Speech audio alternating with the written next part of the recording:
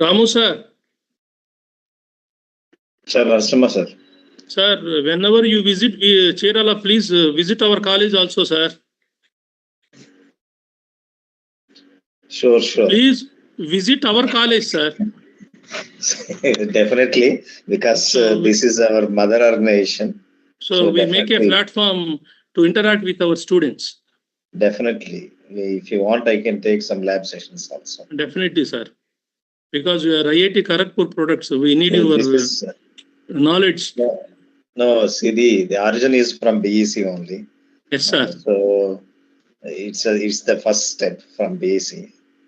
So it is also, I think it is also a happiest moment for you, sir. Memorable moment. Yes. And happiest moment. Yes, to sir. Give a talk in our own college. Yes, sir. So I'm really thankful to you, Professor Narasimha, and to all our faculty members also for inviting me for this talk.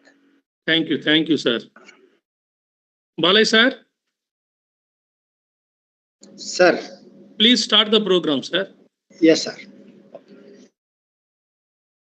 Good evening, sir. On the occasion of 137th birth anniversary celebrations of Sri Srinivas Ramanujan, our department is conducting a one-week online international workshop on mathematics, bridging ideas and innovations MBII 2024 from 16th to 21st December 2024. I welcome each and every one of you to this birthday celebrations of the amazing mathematician Sri Srinivas Ramanujan with great joy and heartfelt appreciation. Today, we gather not just to honor his valuable achievements to mathematics, but also to celebrate the spirit of intellectual curiosity and limitless imagination that he so brilliantly exhibited. The outstanding contributions of Sri Srinivas Ramanujan made to mathematics and his unmatched mathematical intuition are what make him so great. Sri Srinivas Ramanujan overcame many obstacles, but he created a treasure of mathematical achievements that still motivate and inspire many mathematicians till today. Based on his remarkable contributions in the field of mathematics, we humbly pay our special homage to him by organizing 137th birth anniversary celebrations of Sri Srinivas Ramanujan. Our department is organizing a one-week online international workshop on mathematics, bridging ideas and innovations MBII 2024. This program is scheduled every day from 3 p.m. to 5 p.m. from 16th to 21st December 2024 for the benefit of students. On first day, that is 16th December 2024, Dr. L. Jagannathan Sir, Professor, School of Computer Science and Engineering, Vellore Institute of Technology, Chennai, delivered a talk on mathematics of machine learning. On the second day, that is 17th December 2024, Sri NVRD Kumar Sir, Senior Faculty, Department of General Education, Skyline University College, Sharjah, United Arab Emirates, delivered a talk on lifelong learning in the era of AI. On the third day, that is 18th December 2024, Dr. T.S.R. Murthigaru, Professor, Department of Mathematics, Sri Vishnu Engineering College for Women, Bhimavaram, delivered a talk on some aspects of statistical hypothesis verification. On fourth day, that is 19th December 2024, Dr. P. Nagarani Madam, Associate Professor, Department of Mathematics, the University of West Indies, Mona Campus, Jamaica, West Indies, delivered a talk on numerical methods for engineers and scientists. Yesterday, Dr. M.A.S. Srinivas Garu, Professor Emeritus, Department of Mathematics, J&T University College of Engineering, Science and Technology, Hyderabad, delivered a talk on visualization of mathematical concepts. More than 500 participants attended yesterday's session. Thank you all for joining with us on this auspicious occasion. Today is the 6th day in our one-week online international workshop. Today's speaker is Dr. T. Ramalingeshwar Rao Garu, Senior Data Scientist, Advanced Quantitative Analytics, Aqua, BFSI, A&I, TCS, will deliver a talk on data visualization. Now, I request one of our staff organizers, Srimati K. Nagamani, to present profound profile of Dr. T. Ramalingeshwar Rao Garu.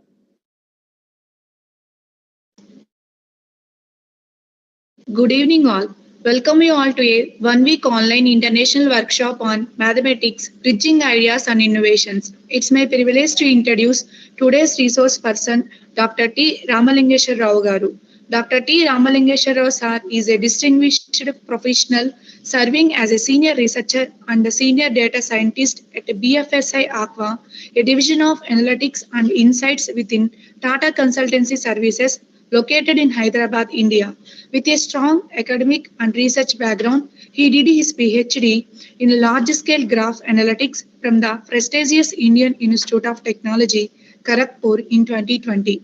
Before pursuing his doctoral studies, Dr. T. Ramalingeshwara sir is completed his MTech in Computer Science and Data Processing from the same institution, IIT Kharagpur, further solidifying his expertise in computational sciences.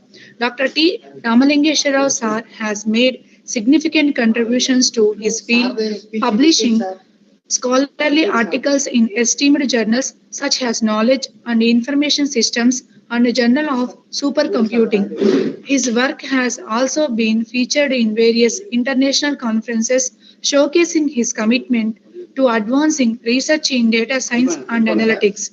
His primary research interests lie in the areas of large-scale graph processing, graph data science, unsupervised machine learning, artificial intelligence, and big data analytics. With keen focus on developing innovative methodologies and tools, Dr. T. Ramalingeshwar Rao's research addresses complex problems in data sciences, offering practical and scalable solutions. With his soft-spoken demeanor, unyielding dedication, and forward-thinking approach, Dr. T. Ramalingeshwar Rao sir continues to inspire his peers and contribute significantly to the fields of data science and analytics. Thank you, one and all. Thank you, madam. Thank you for introducing. Thank you, madam. Thank you, madam. Now I request Dr. Keviran Acharlu Garu to give a message on this auspicious occasion.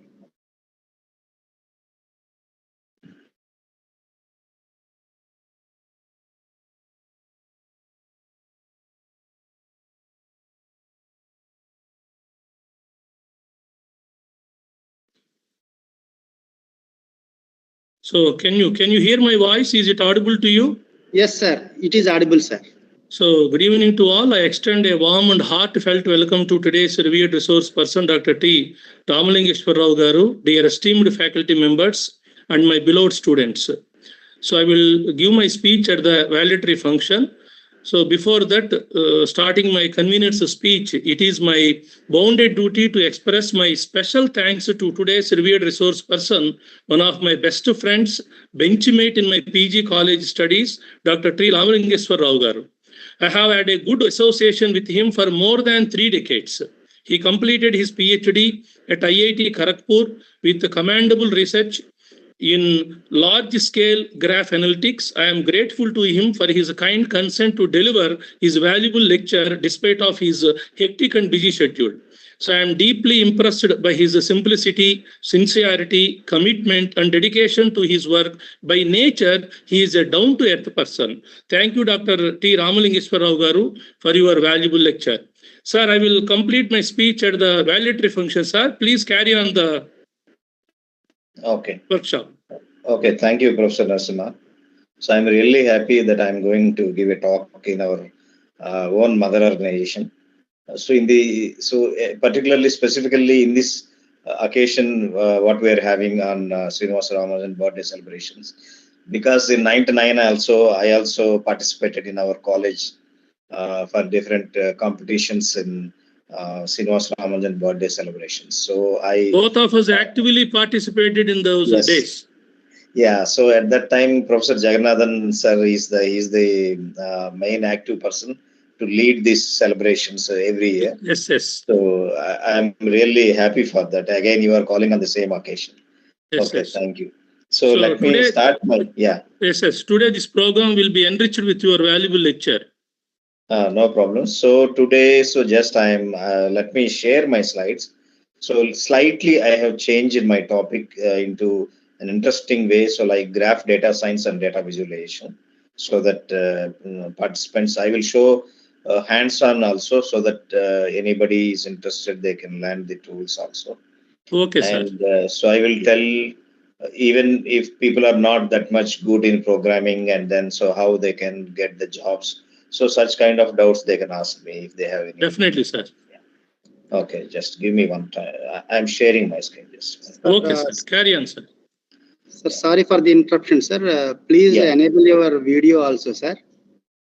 Oh, my video, you are not, am I not? Balai, sir, is actually we are seeing, sir, on the screen. Okay, sir. Your camera is visible. Balai, sir, your camera is disabled, I think. But I am unable to see his face in this one, sir. That's but here we are not getting the video, sir. Here we are not getting the video.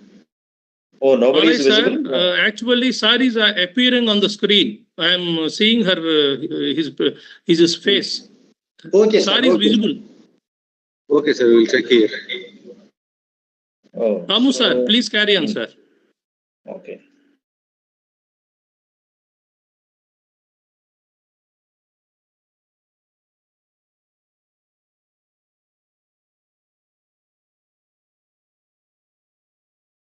Can you see my screen?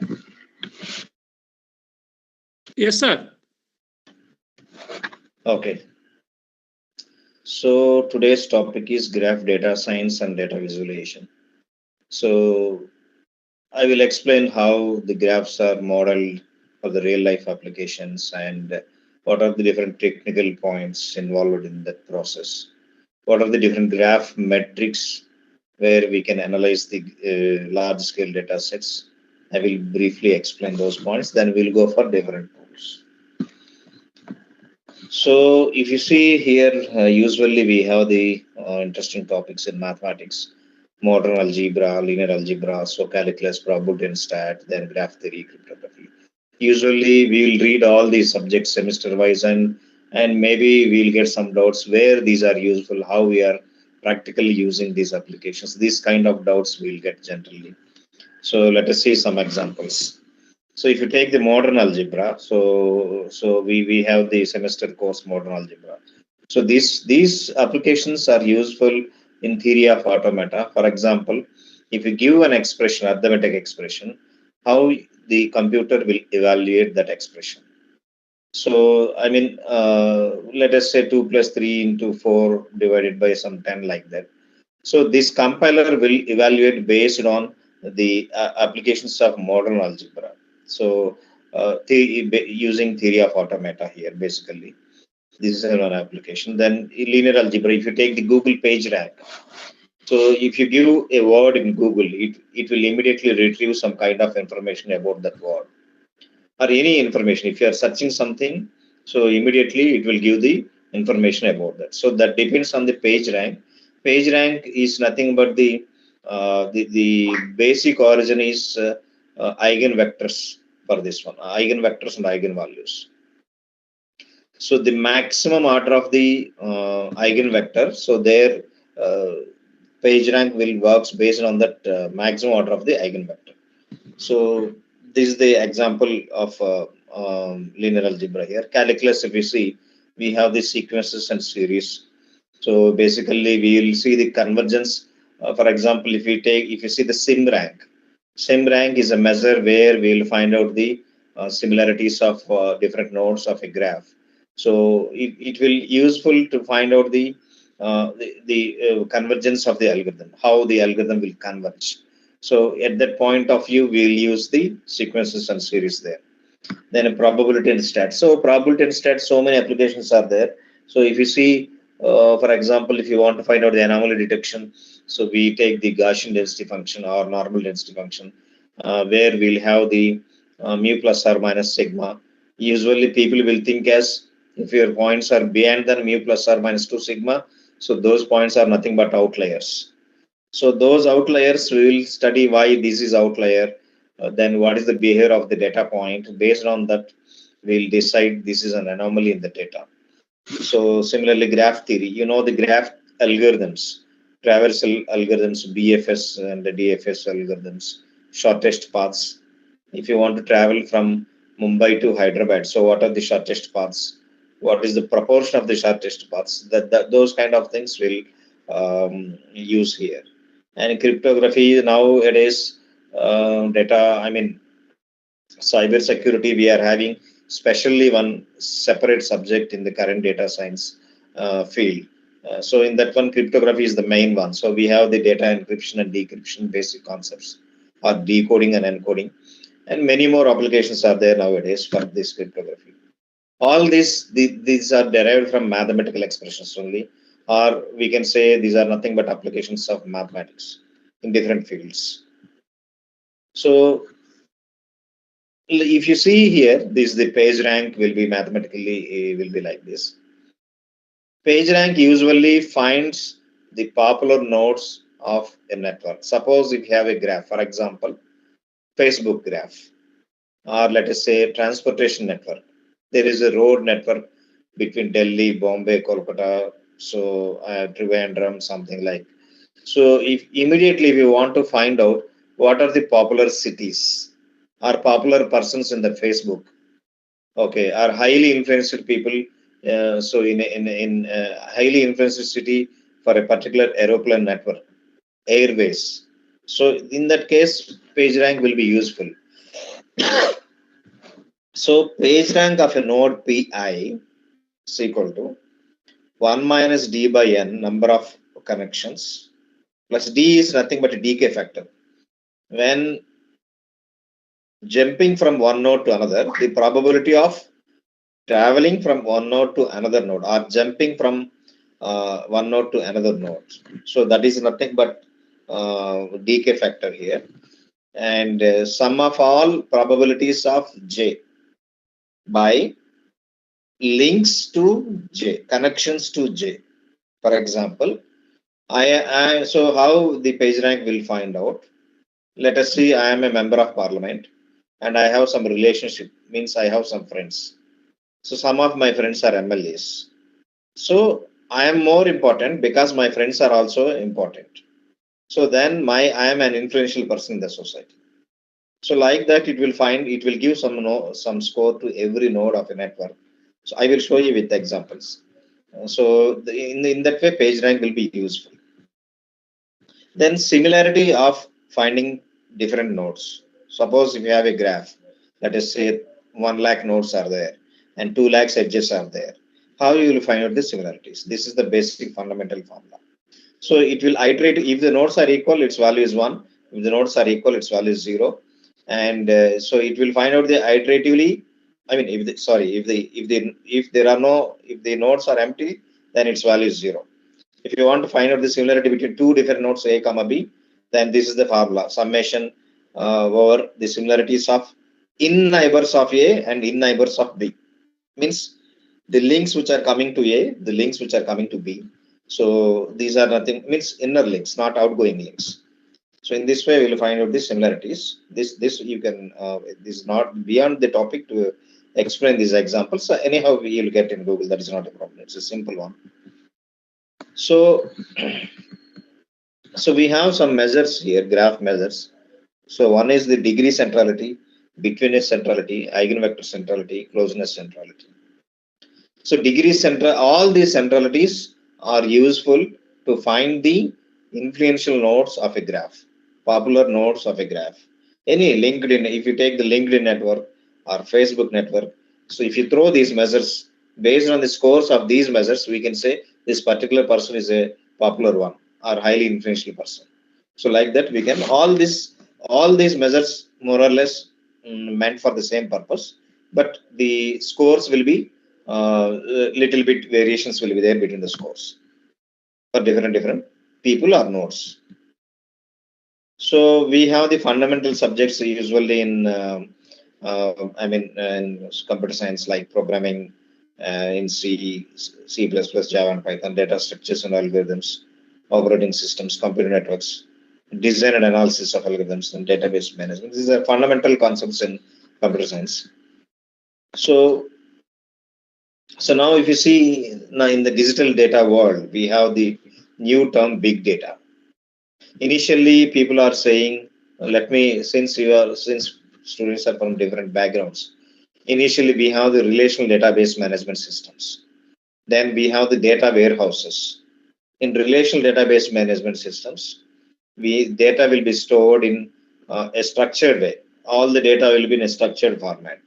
So there we have the data warehouses. In data warehouses, data will be stored in data cubes. So then we will call it as OLAP, online analytical processing methods. We use that methods to retrieve the data from the data warehouses. Then after data warehouses, in the data warehouses also the data is structured. But nowadays we have unstructured data. Like our data includes, image data, video data, text data. Okay, so different kinds of data will be there. So the combination of all this data, so we are calling it as unstructured data. But how to process this unstructured data and how to get the insights from this data is the main goal in front of us. So we have the different techniques. So machine learning, nothing but learning different patterns from the data. Whatever we have the data, see we are watching some website or we are purchasing something from Amazon. Whatever we are purchasing, that data will be stored in the database. So all the stored data, how we will analyze, how we will find different patterns or patterns. So that is nothing but there we'll use machine learning techniques. We have classification, clustering, so association rule mining, all those methods are there. So into the picture, machine learning will come there. So then statistics will use modeling the data, how you model the data. So you have two data points, two data sets, how you will model and how you will judge the data by using test of hypothesis. So this is called as statistical modeling. Then we have the big data concept. So if you have the limited data, you can store into your system and then you can process. But when you have the large scale data sets in petabytes, then how you will process the data? This is one biggest goal in front of us. For that, people they have researchers in developed some kind of frameworks known as MapReduce framework. Then we have the cluster computing framework, Apache Spark, then Apache Flink. Then nowadays we have the deep learning techniques for object detection, especially for image kind of things. So we have the artificial neural networks, convolutional neural networks, and LSTM and BiLSTM, long short-term models are there. Then we have the NLP techniques, natural language processing techniques. So this will be very easy. NLP is very easy, and even we can keep in MSc mathematics subjects also. So this is similar to information retrieval concepts. We have text summarization, sentiment analysis, opinion mining, and so graph processing, building knowledge graphs. I mean, if you have the large scale graphs, something new we need.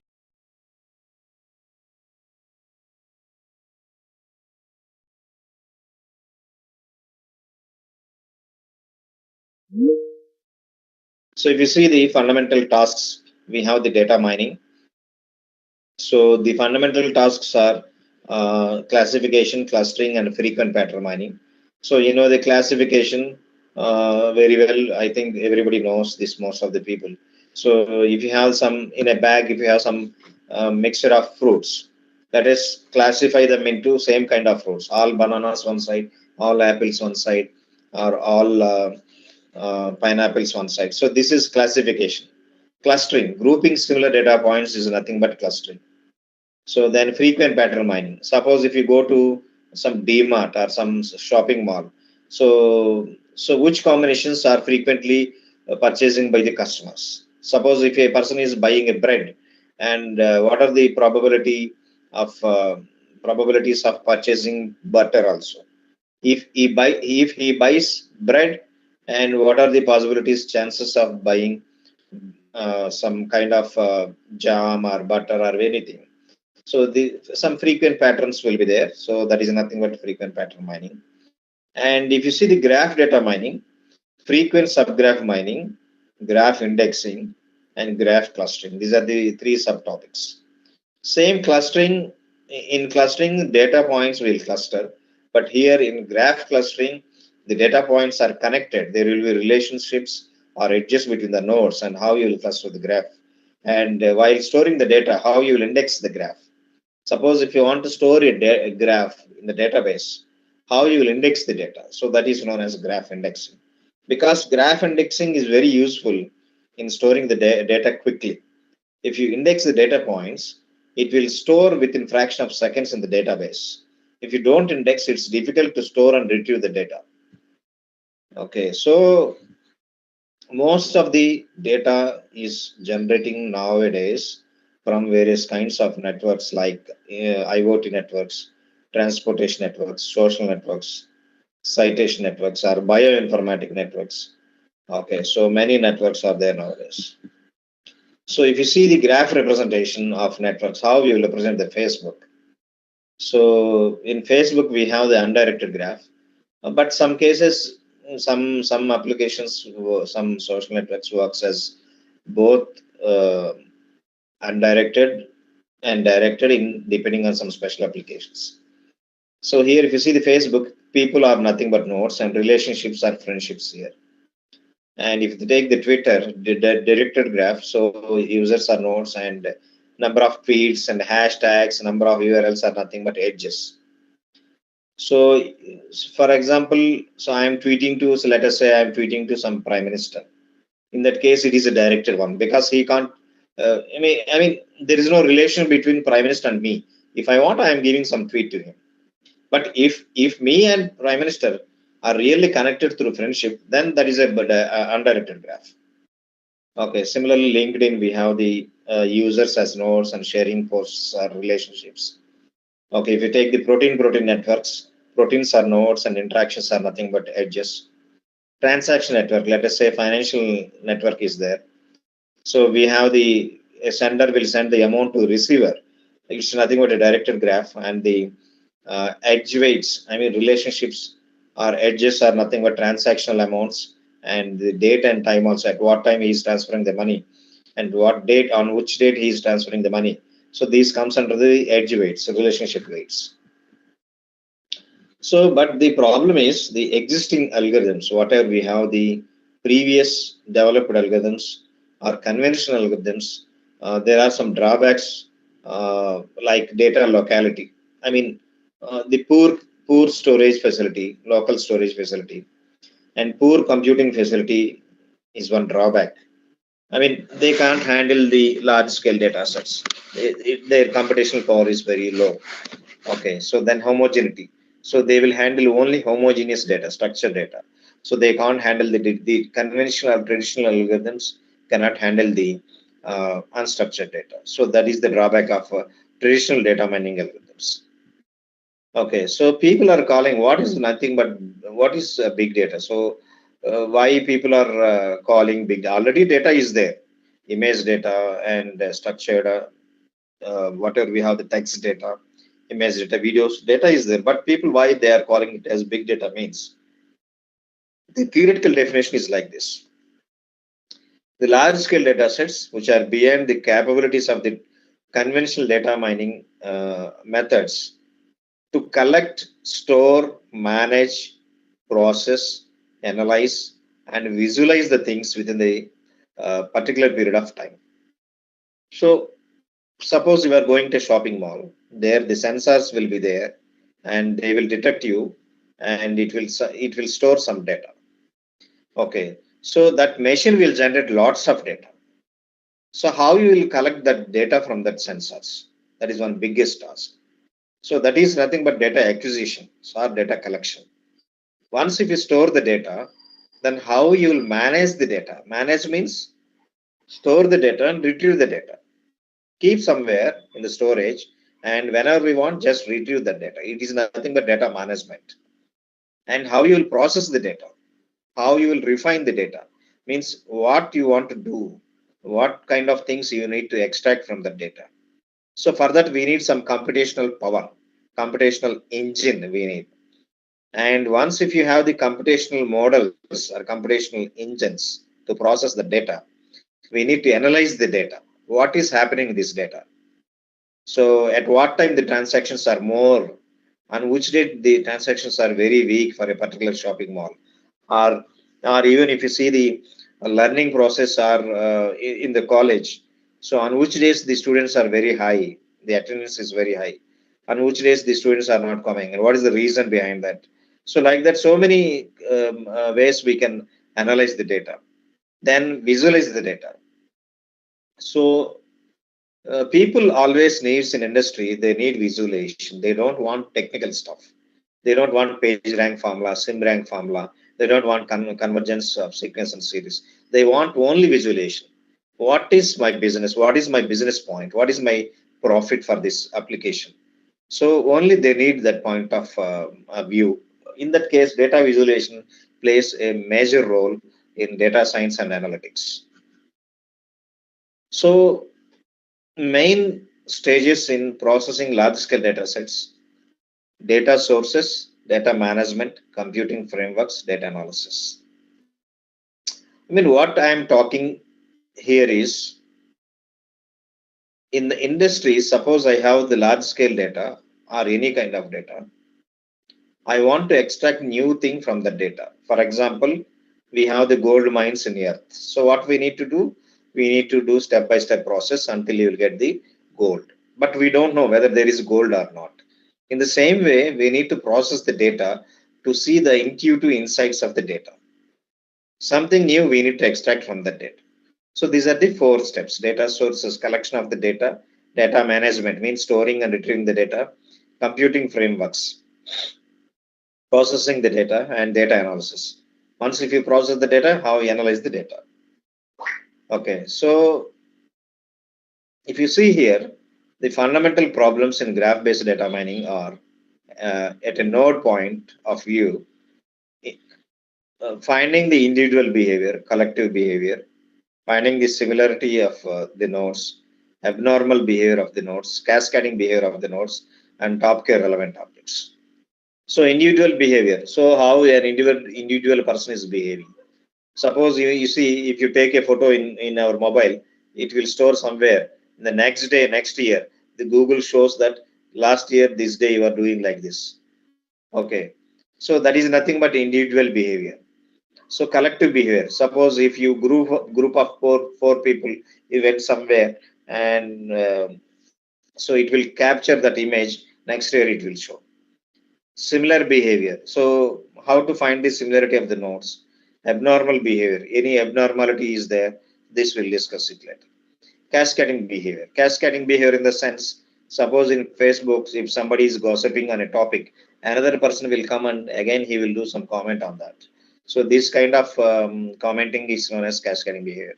And top relevant objects. What are the top objects in the given network? So all these things I am saying as graph data science, in the sense I have the data, I will transform the data into a graph, then analyze the graph, apply some analysis, apply some measures and metrics, then get some insights. That is, then you will get something about all these behaviors.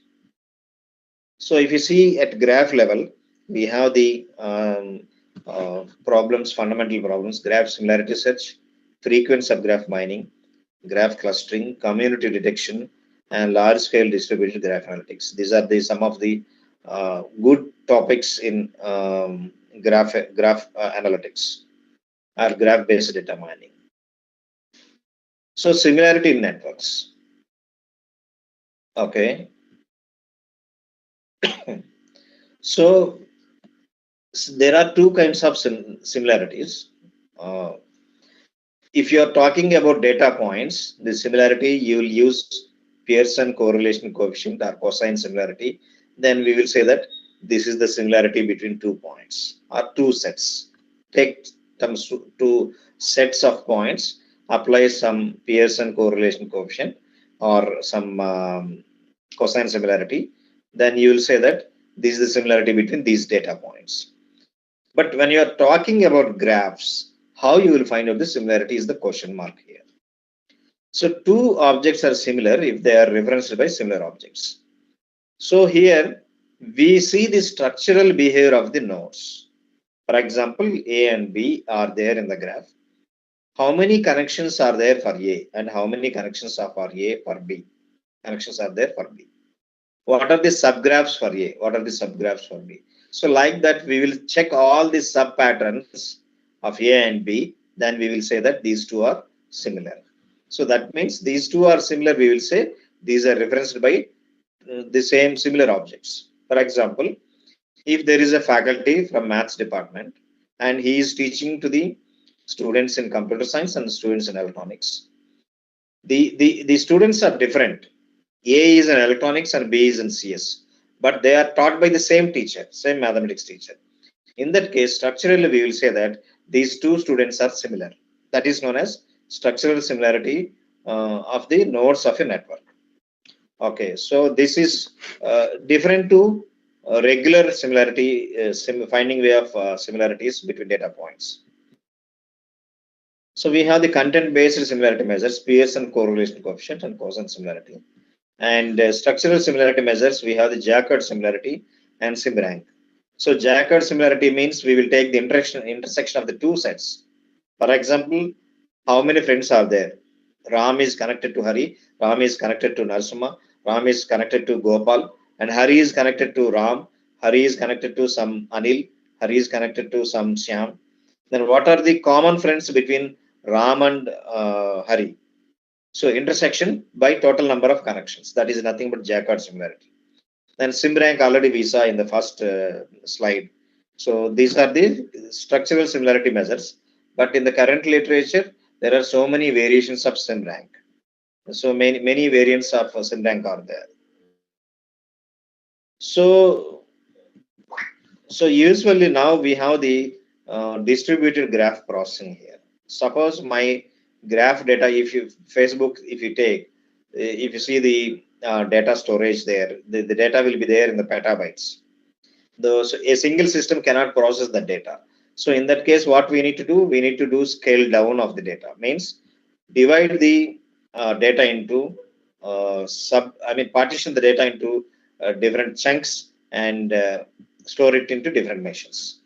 So we need to store in different machines like machine 1, machine 2, machine 3, machine 4, and then do processing based on the connectivity between the machines. So this is usually we are calling as cluster of computers. Okay, so when you have the large scale data, so how you will process the data? First step, I have the large scale data, so very clumsy data is there, but it's very difficult. Which node represents which one? If the left side image, if you see, it looks very clumsy and we cannot understand anything from that. So in that case, we need to partition the data. So there are some methods: edge cut, vertex cut, and hybrid cut methods. Okay, so then store the data like Hadoop distributed file system. So might be it is difficult for you to understand. Maybe some of the people don't know these concepts, but don't worry. So we'll go for another hands-on session. Just try to understand these concepts. So graph storage, how will the storage means? We have the Hadoop distributed file system and the graph databases like Neo4j, Tiger Graph. Some of the graph databases are there in the recent technological days. Then once if you store the data in graph databases, how to compute that data? So there are some computational models: vertex centric, gather, scatter, gather, apply, scatter. So these methods are nothing but some models, computational models, where it will take each vertex and process the data and it will give new result. So vertex centric means here the fundamental computational unit is a vertex. Means always think like a vertex. Whatever you want to do on a process on a particular node, on a specific node in the graph. So gather, scatter. Gather, scatter means accumulate the information, collect the information, then scatter, then send the information. Accumulate and send. So that means, suppose I have some friends with me. I have connected to some of my friends: Ram, Hari, Ram, Gopal, Ram, Anil. So gather means I will accumulate information from my neighbors. I will take the information from Gopal, from Anil, from Ravi, and I will update my value. For example, initial value is 10, my value.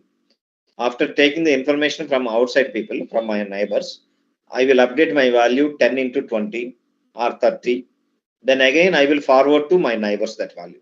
30, okay, my value is 30. Say to Hari, say to Gopal, say to Anil. That is nothing but scatter. That is called as gather scatter.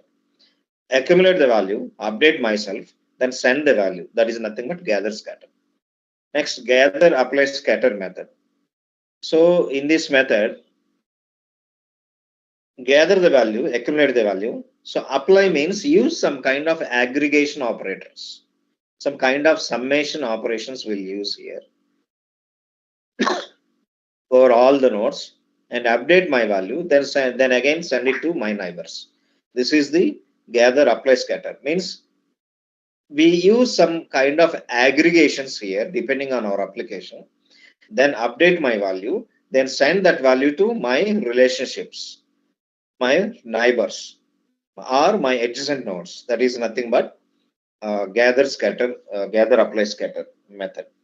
These are the computational units. First one is think like a vertex. Whatever you need to process the data, always you work on a node, single node, and gather, scatter, and gas methods.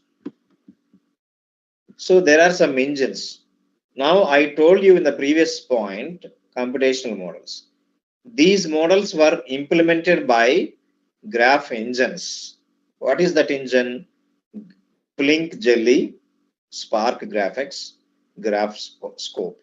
These are the some of the graph engines which process the data using the previous computational models.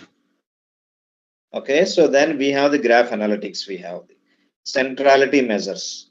Centrality measures means just now we spoke about degree centrality, page rank, closeness, eigenvector centrality. These are the some of the centrality scores. Then community detection. So there are some basic algos. One is the label propagation algorithm, that is called as LPA. Triangle listing or triangle counting. If you see in Facebook, there will be triangle friendships will be there. If A is friend to B, B is friend to C, and A is also friend to C. So these kind of relationships are triangle relationships. To find those relationships, directly apply this algorithm. It will give how many triangular friendships are there. It will simply show for you. So then Lowen algorithm, this is fastest algorithm to find the different communities, more than of order 3. If you want communities of order 3, of order 4, of order 5, or maximum order, it will give Lowen algorithm. So graph pattern mining. So if you want subgraphs or frequent subgraphs, we will use these methods.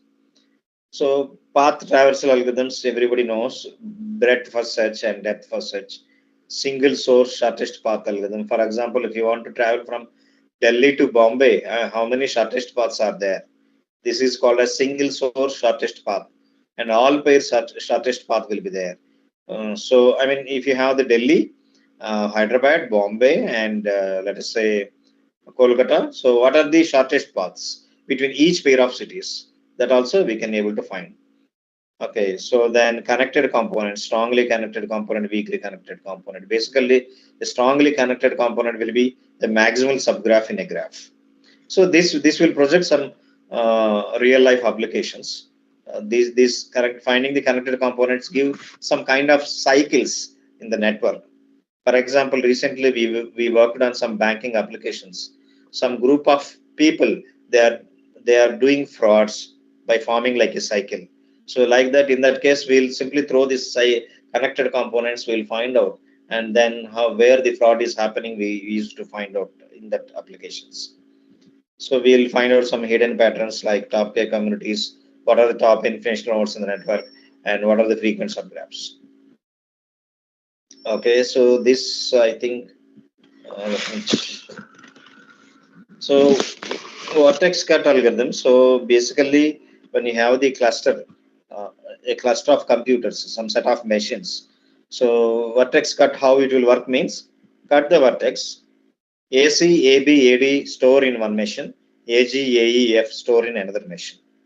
So I mean, we need to cut this vertex, maybe not exactly equal number of partitions, but approximately nearer to equal number of partitions we need to done in such a way that we need to do the partition so that the replication of the nodes will be minimized. So this is another one. For example, here in the previous case, we have exactly 3, 3. Now we have the 7. So what we'll do? So we AC, AB, AD in one system, and AG, AE, AF, AG in another system we can store. We can not partition in this exactly equal, but nearly approximately equal. So in this case, we will split like this. Sorry, here G is repeated thrice. So AE, AF, AG in one system, AB, AC, AD in another system, and rest of the nodes in another system we need to store. Similarly, edge cut. Edge cut means cut here, C in one node, C in one machine, one computer, and store D in another computer. Similarly, C in another computer and E in another. Like that, we need to store in the partition when you are partitioning the data. Okay, so hybrid cut is nothing but combination of both edge cut and vertex cut is nothing but hybrid cut. Those are not required. So just I will overview this one. It is not required for us. So in the previous case, I discussed about vertex centric. So now in the previous literature, they find out different methods, computational models, where the computational unit is an edge. The second one, if you see, edge centric, means always whatever you want to do with a relationships or edges. Means computational unit will be edge here. Similarly, path means if you connect 2 to 3 edges, that is nothing but a path. Sometimes computational unit will be path in some applications. Then partition centric. So that means partition is nothing but subgraph only. So apply operations based on some subgraphs only. Similarly, neighborhoods. Take a node and particular neighborhood of that node and take the computational unit, a neighborhood of that node and process the data. Similarly, subgraph centrics. I mean, subgraph centric, partition centrics, both are similar, but slight variation is there in the methods. So what is the graph data science basically? So here basically if you see the graph data science is an approach to extract knowledge from the complex vertex to vertex relationships, properties and substructures to find out the hidden insights of the data. So if you see here, this figure is collected from the Neo4j database. So we have the graph visualization, graph algorithms, and graph queries. So these are the 3 different areas. So we discussed about similarity of the nodes. How we will find the similarity of nodes using SimRank or some kind Jaccard similarity, structural similarity measures. Community behavior, we will use some algorithms like label propagation. Okay. So abnormality of the nodes, how we will find out. So if you take the single variable, I mean only one variable, univariable data, we'll draw the box plots. Then based on the box plots, based on the range, interquartile range, so we'll define the outliers. But here, if you have the multivariate data, then take the Gaussian density function or normal density function. Take the points of inflections mu plus or minus 2 sigma. The points which are beyond mu plus or minus 2 sigma, usually we'll consider as outliers. Maybe depending on some application, mu plus or minus 3 sigma, like that. And so why that these outliers are anomalies, we need to check with the original data points in the data set. Suppose if some point is showing as outlier, is this really anomaly in the data or not? That we need to check with the original data. There are some anomaly detection methods, isolation forest, local outlier factor, k-nearest neighbor method. So using these methods, we can find the anomalies in the given data sets. So abnormal nodes, how these are traditional methods, anomaly detection, normal traditional methods. Given some data points, find the abnormal nodes. But if you see the graph, how you will find the anomalies, graph anomalies. So apply the page rank or centrality measures, then find the popular nodes in the network, find the betweenness score, closeness score, eigenvector score, and find the different communities, find our shortest paths. Usually, the betweenness score Nodes with high between a score and low between a score are considered as abnormal nodes. Similarly, nodes with high page rank score and low page rank score are considered as abnormal nodes. So like that, we have some points. Based on that one, we'll judge this point is a different point. This is not like a regular point. It's an abnormal point. And why it is happening in the data. Then based on that one, we'll do some fraud kind of detection. So all those things we'll do. Okay, so these are the graph analytics. Find the influential nodes in a network. Use the page rank, betweenness, closeness, eigenvector centralities. Then to find the communities, there is a difference between community and clustering. So in clustering, based on some distance formula, Euclidean distance, we'll find out the similar data points. The nodes are not connected there. But in communities, the nodes are connected. If you find the similar data points, all the nodes are connected. There will be some edges between the different data points. So node similarity we'll find out using Jaccard cosine sum rank. Shortest path, all pair shortest paths. We have the Bell-Munford algorithm. Okay, Dijkstra's algorithm. So in singles are shortest path algorithm. Connectivity of nodes, local clustering coefficient we'll use here. So there are some in the recent literature or in the current trend of data science, we have the very well developed tools are there. So framework based graph analytics, we have the jelly and graphics. Might be this is not useful for you, but okay, it's fine. There's no problem in learning the new things. So cloud based or commercial based graph analytics, we have the Oracle PGX and Hawaii Graph Engine Service, Alibaba Cloud Graph Analytics. Real-time graph analytics, we have the Tiger Graph and Neo4j Graph Analytics. In-memory based graph analytics, we have the GraphX and PGX. And temporal graph analytics. If your data is having a huge number of time constraints, let us say time, date, and other points, then temporal graph analytics will be useful for you. These are the two tools, Tink and Hadoop are the tools. So basically, three things are very, very important when we are doing some graph visualization. I mean, when we are doing processing with graphs. First one is graph data model. Second one is graph data management. Third one is graph visualization. These are the utmost important points. How you will model the data. For example, you have the college, different departments are there, different students are there, and so each department is one entity. Okay, so let us say HOD, I mean, faculty is another entity, and departments are different entities. So like that, make each object as an entity, professors is an entity, admin staff is an entity. So like that, you model the data and optimize the data. Optimize the modeling part. I mean, there will be some duplicate objects will be there, some duplicate relationships will be there. Optimize the graph modeling, get the best modeling, then store the next data management means how you will store and retrieve the data. So that is the main thing. Here we have some languages known as cipher query language or PGQL, property graph query language model, Gremlin, SparkQL, and then third one is graph visualization. So we have the what is the difference between relational data database management model and property graph model? So basically, this talk is an industry-oriented talk, not like mathematical research talk. So that is why I have avoided completely the equations, all those things. So if you see the traditional relational database management, the data will be stored in tables. We have the customer here, Ram has account in HDFC, Ram has account in SBI, Alice has account in SBI, and Bob has IC. So the same thing how we will represent as a graph.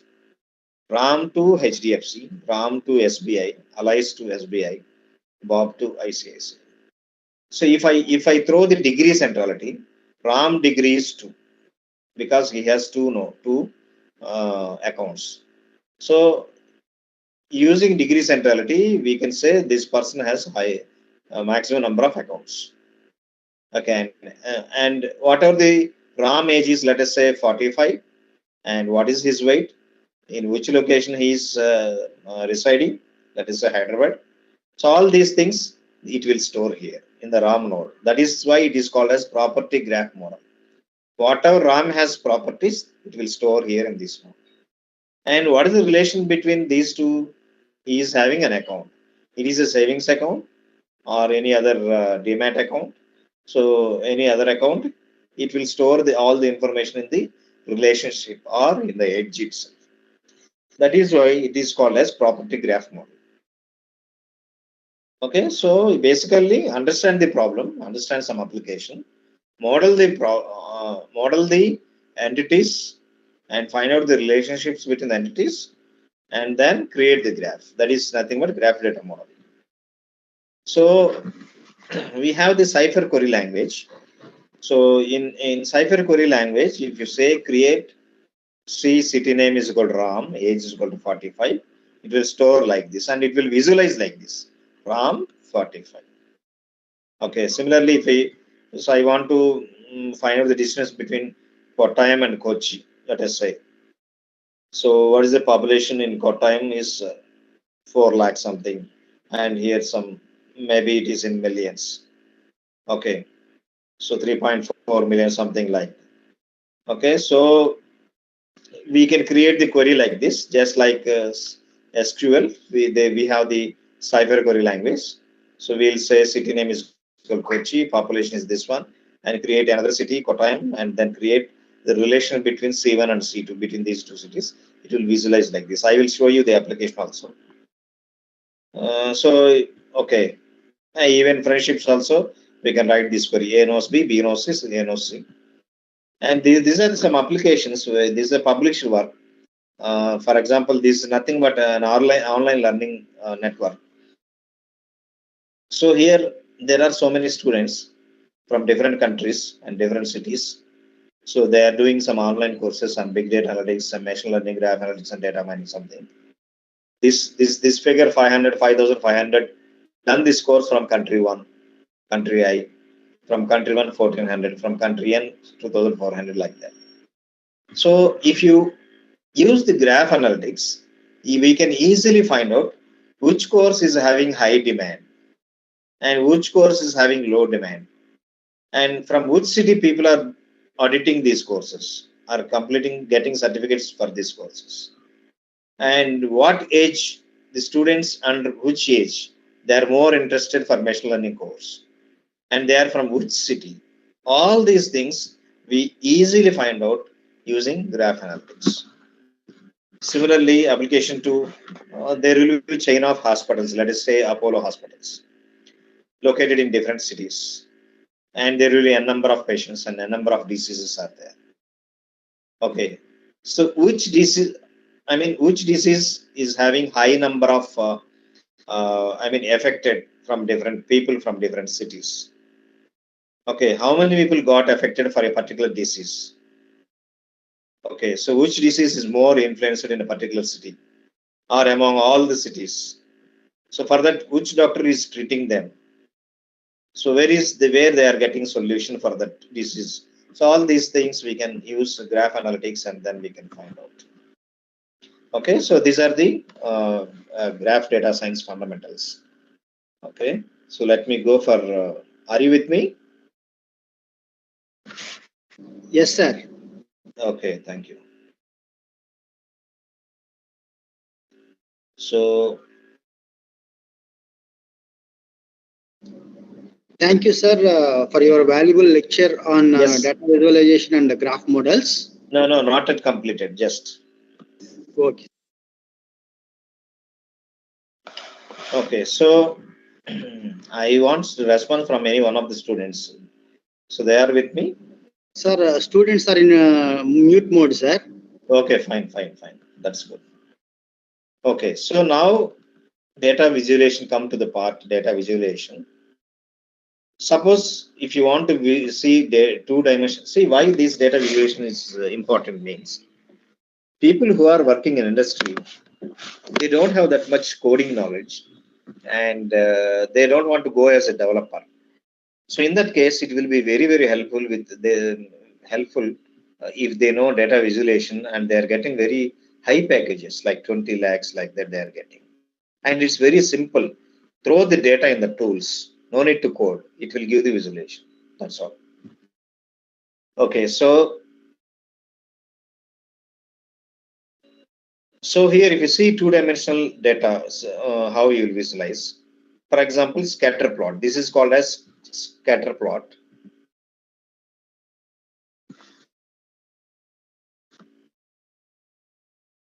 So I have the points. I took the points x-axis 1, 2, 3, 4, 5, and y-axis is 2, 4, 6, 8, 10. How you will represent in the graph using Python. So simply say take the library matplotlib and then say plt dot scatter x comma y. It will show the scatter plots here. Okay, it is the two-dimensional visualization. So these fundamental students everybody should know. Even the people from Department of Maths or Computer Science or Electronics, they should learn all these things, basics. Okay, so then again, the same thing. So if you want line, I need line here. No need to. I don't want to see the dots here.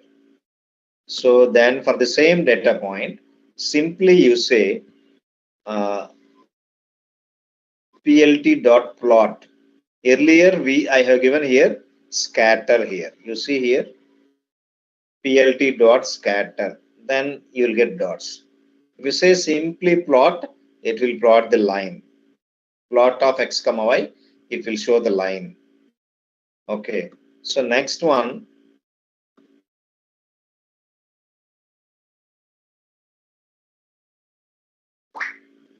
Oh, what happened?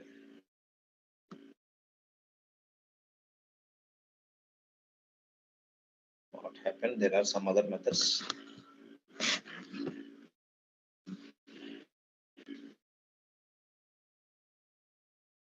Oh, all are removed, I think.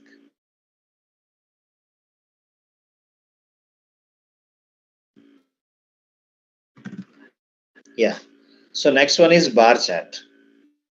If you see, if I say plt dot bar, the same data points, it will show bar. I mean, sorry, some other data I took. For example, names are Ram, Hari, Gopal, Anil. Their ages are 10, 20, 15, 25. So if you draw the bar chart, it will show Ram is having, his age is 10 years. Hari is 20 years. And Gopal is 15 years. Anil is, so visually we can say his age is more than rest of these two people. So that is one, I mean, easily we can judge the data points in visualization rather than the data points. Okay, then this is called as heat map. So randomly I have generated 5 by 5 matrix np dot numpy dot random dot rand. It will generate a 5 by 5 matrix and it will assign some values here randomly. This kind of map is called as heat map, where all these shows the correlation between different variables. Okay, so this is the heat map. So when you have the data points, if you apply the heat map, you can simply find out the correlation between the data points, and you can say which data points are highly correlated, which data points are highly low correlated, like that we can see from the data points. So next one, histogram. So this is the histogram representation. Simply you say plt.hist data and bins is equal for number of buckets. I defined into 4 buckets. So I took 1, 2, 2 twice, 3, 3 thrice, 4, 4 4 times. So the frequency, left side represents frequency. Means how many times 1 is repeated? 1 time. 2 is repeated 2 times. 3 is repeated 3 times. 4 is repeated 4 times. So these are the number of bins. So its frequency, if your value is 2, frequency is 2. If the value is 3 and it has repeated thrice, frequency is thrice. So it is 4. Like that histograms we can define. And this is called as contour plot. So in some specific applications, it will be useful for us. I mean, representing a surface areas into, I mean, for example, if you want to find out the height of a surface, So those kind of things will visualize easily here. And let us see. Basically, visualizing the height of a surface or exploring the relation between three variables. So in two dimension only, we want to explore the relation between three variables. This kind of representation will be helpful for us. But if we have some specific application, we will judge what is happening here. For example, in Gaussian mixture models, like in finding the anomaly detection, so this contour kind of visualization we use to find the anomalies in the data. Okay, so that's fine. Suppose these are the simple data points, 3, 4, 5 I took.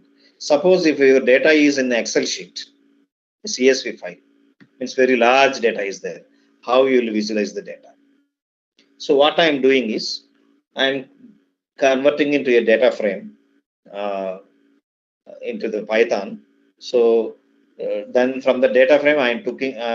So I took the columns category. These are the data points. Let us say, yeah, this is the clickstream data.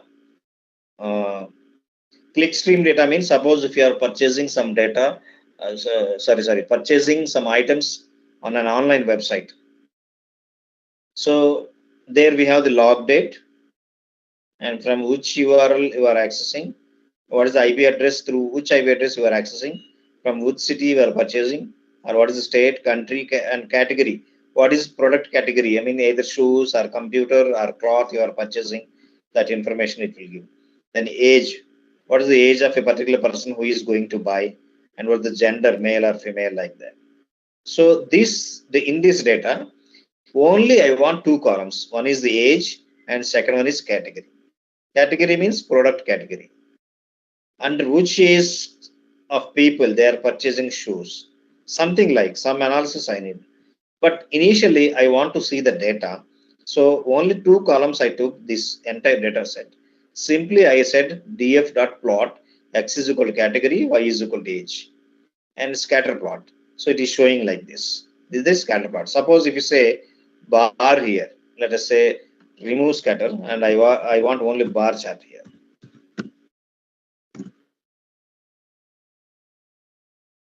Yeah, it's running.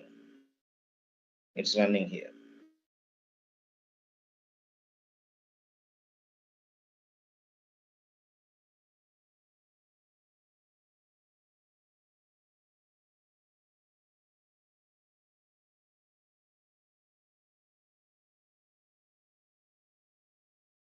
Yeah, you see bar chart I got here. But bar chart, the things are not visible. These are the categories. I mean, so all these are overlapped on one on another, which is not visible. So that is why we took this scatter plot here. Okay. But how many product categories are there? We'll see here. Let us say, so category.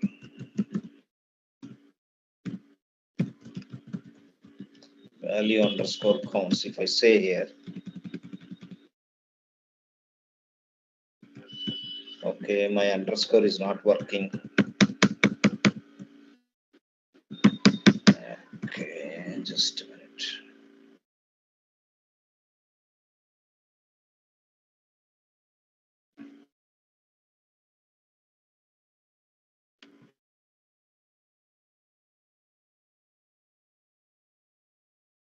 How many categories are there? We will see here now. See, there are shoes, clothing, handbags, home and garden, movies, computers. Total 13 categories are there, and each one is having shoes is having high frequency 2227. Means this much of people they purchase these shoes. Next cloth, next handbags, next and so on. So seeing this, we can say that shoes has high demand, whereas the books are nobody purchasing now. So books is having low demand. So in this way, by seeing the graphs, we can easily say this. Then what they will do after these books is having is very low demand. So that let us do some kind of what we call uh, some kind of offers to that books by reducing the price of the book. Something they will do to to increase the sale of that books. Okay, so then again we have the same thing for the category and age. This is the pie chart, and these are the product categories. And this looks very clumsy, which is not useful. But for small data, this pie chart will helpful for us. Okay, basically it is a circular statistical graph representation for the data here.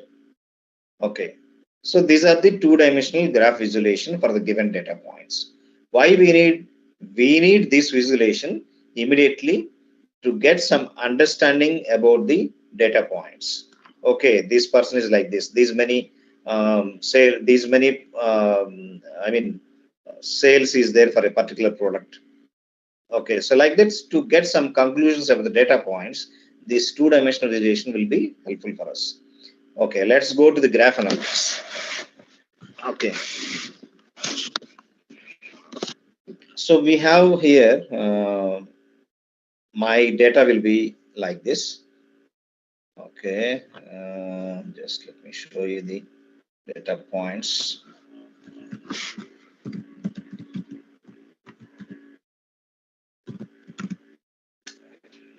Okay.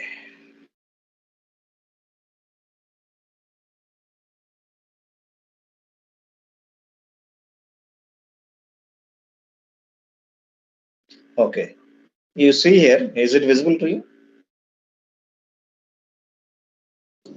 Yes, sir.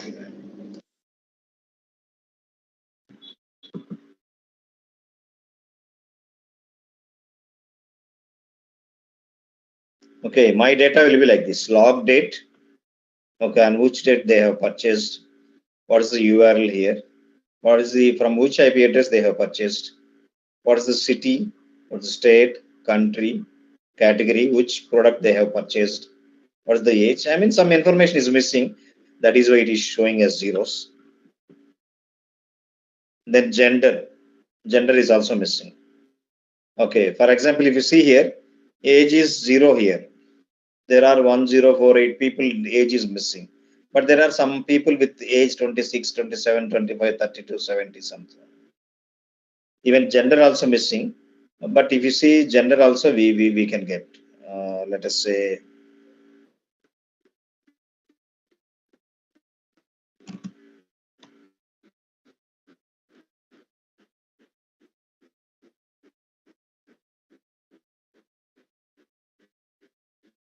you want to see the gender here.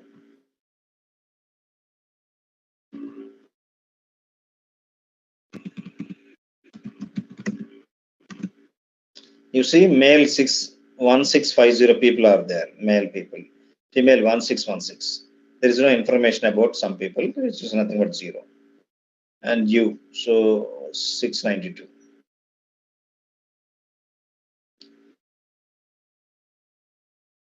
Okay, so now I converted this data frame into a graph. This is the graph. This is a graph. You see, from this IP address to some product. This IP from all the different IP address to different products, books. It's very difficult to understand here. You see the this data point to book IP address to books. Let us say clothing and other product categories here. Okay, so then these are the connected components in the data points. These are 1, 2, 3, 4, 5, 6, 7. Some connected points are there here. So these are more connected here.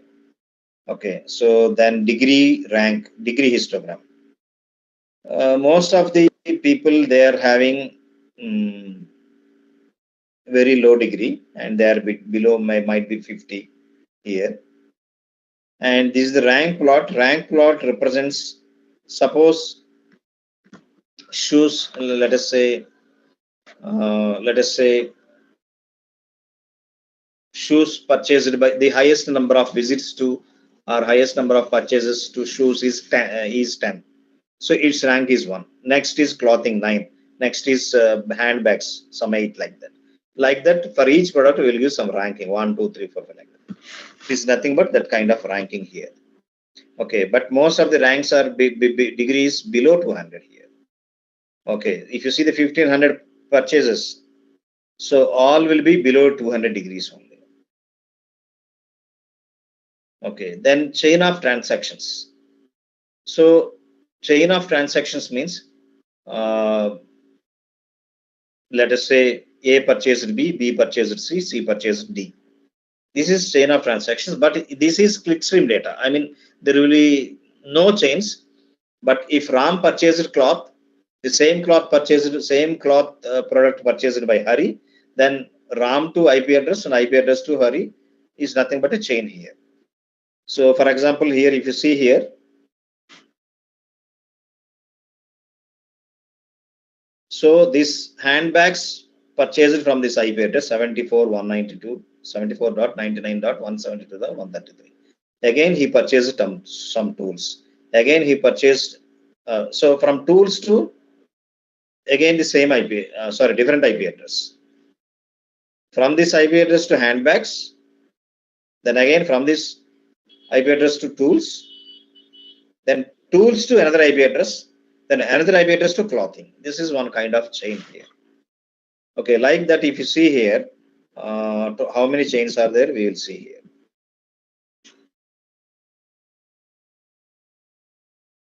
Total maximum 16, maximum length of the maximum chain is 16. For example, this is the 16th chain.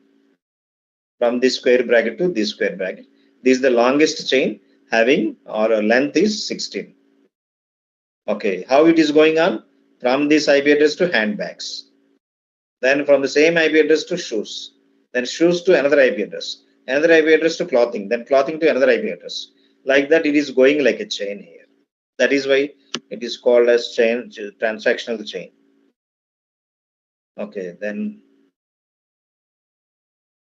yeah, so clicks. This is a click of order 3. So finding the clicks, click is nothing but a maximal subgraph in a graph. So if you take the entire network, so this is the click here, handbag to another IP address. I mean, 3 persons purchased the handbag here. So this is a click of order 3 here. Okay, so then page rank. So if you see here, degree centrality. Degree centrality. Shoes is having highest scores when compared to the remaining tools, remaining products. Its shoes value is 0.6, highest score, then 0.2, 0.07, and so on. That means it is the popular node, popular product in the network. So this is the least priority for games. So nobody is purchasing games. Then they should offer some, they should provide some offers for the games so that people will access more number of games. So like that they will do in online website. So I am talking about online website only, but not only for this application. You can apply these graph measures anywhere in road transportation network, online learning network, any network we can apply these measures to find out the inclination nodes. So betweenness score. This is the highest, shoes has highest betweenness score, clothing has next level. So betweenness score means, for example, I will say with the shortest path example.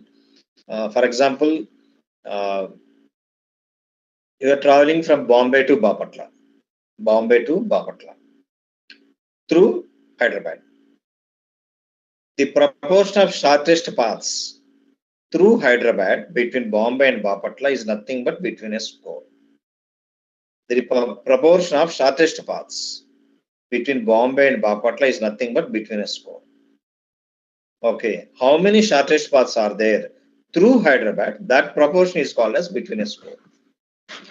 Okay, so that means for shoes, how many transactions were happened between different IP addresses, or we can say in the total entire data.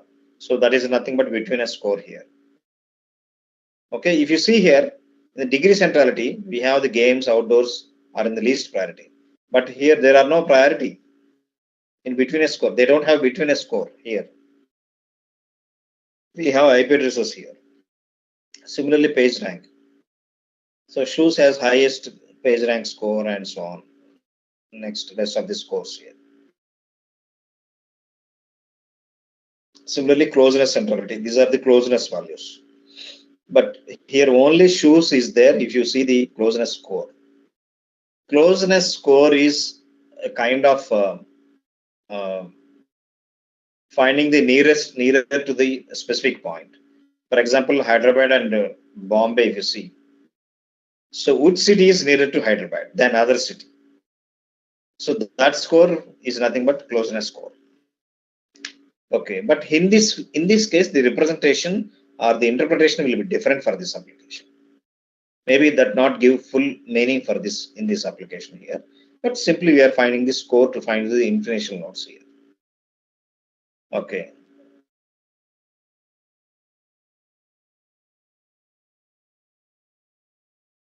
So next, community detection we are doing. So we are using a Gear-1-Newman algorithm here, but I don't know so many points are in the same community it is showing.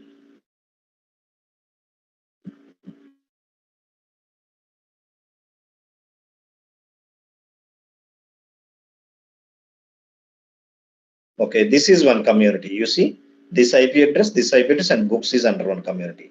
And all these IP address and outdoors is one community. And all these IP addresses with electronics, computers, games, movies under one community. Like this, it will find out the communities here. Okay, suppose if you want to find out this similarity between handbags and clothing.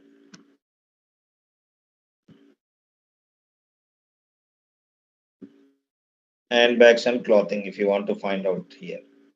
Okay, if you apply the SimRank algorithm, SimRank underscore similarity, it will give the similarity score as 0.5. For example, if you want to find out the shoes, let us say remove handbags and give the shoes here. G is not defined. I need to run from the starting onwards.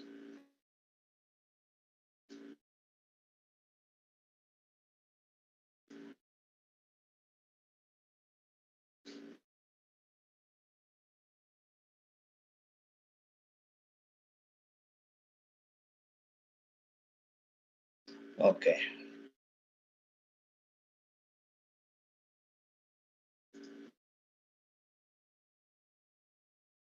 So it is running now.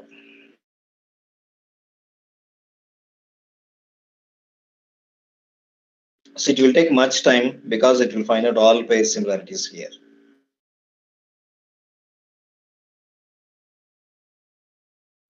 Okay, so it is giving, it has given 0.23.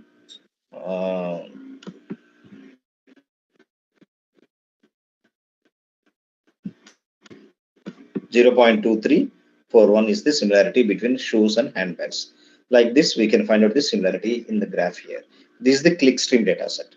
Now, if you see here, one bad thing is the graph is very ugly here. We cannot understand here what is happening in the previous graph. You see very bad representation here. So to avoid this, again, I will show you one more graph tool, so known as Neo4j. So I am starting the graph database here.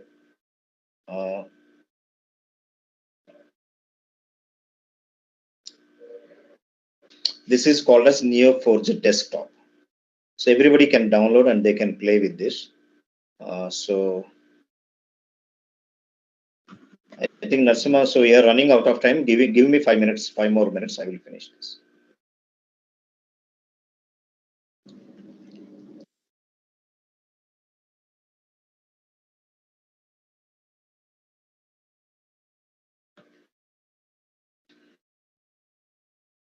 Give me 1 second. It's loading.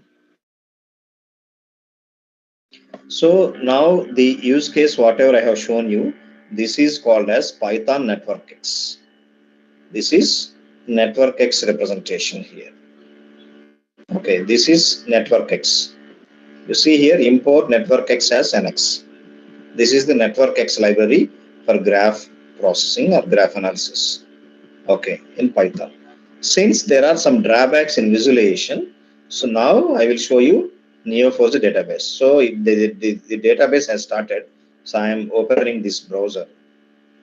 Movie database. Already I have movie database. So I'm clicking the database. It is showing the browser now. Okay. So now how many movies are there? I want to see. Simply match. Yeah. So movie. So return A. So what are the different movies are there? I am so clicking here. Simply it is showing the movie notes. You see here. So let me maximize this one. So it is the movie with the name Joe versus the volcano, and all the properties of this movie will be here. It's released in 1990, and the tagline is a story of love, lava, and burning desires. Okay. Similarly, another movie here. So if you want to see the relationships here, simply expand here. It will show all the who is the actor acted in. It was directed by a particular person and acted in. So suppose if you want to find out the let us say persons, match a person. How many people are there in this movie database? So simply say this one. You will see all these persons. You see, the person is born in 1971. His name is Rick Ewan. Okay. So, but what he did, expand his node, and it will show relationships. What is the relation? He acted in this film. He acted in the film, and his role is Takeshi. This is the role here. You see the roles in the right side. Okay, it will show all the relationship for this point. He acted in a particular movie. Okay, for example, if you want persons, match a person who were born where A dot born greater than 1975. Okay, you want the people who were born in the film, who acted in the films after 1975. So click, if you click here, you see here, he was born in 1976, was born in 1977, 1981, and so on. And in which films he has acted, simply expand this one. He acted in the movie Speed Racer. Okay, similarly here also, you see here, he acted in V for Vendetta. Okay, so like this we can expand, and if you want to see the other details, who is the director for this movie, expand here. It will show all the, see, you see here, this person, Andy Wachowski, he produced and acted in he wrote the story for this film. Okay, if you see one person and he connected to this movie, and this movie was produced and written by a particular person, Andy. So like that we can see all the visual information this one. So not only this, there is one more tool for this one. Let me show you.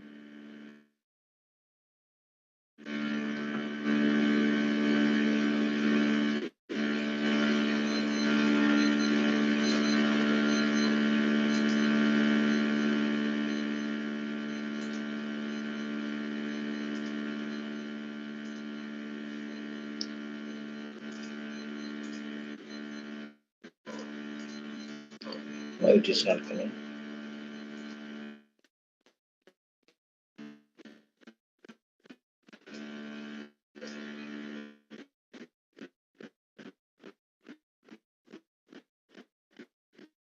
Okay, some problem is there. There is a new beautiful tool where we can apply graph algorithms in Neo4j Bloom here. I think some problem is there with this one.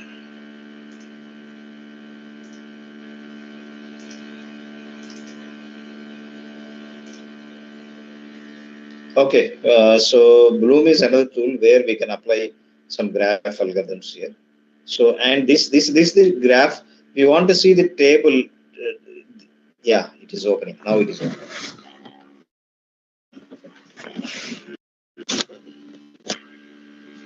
Yeah, this is the Bloom tool.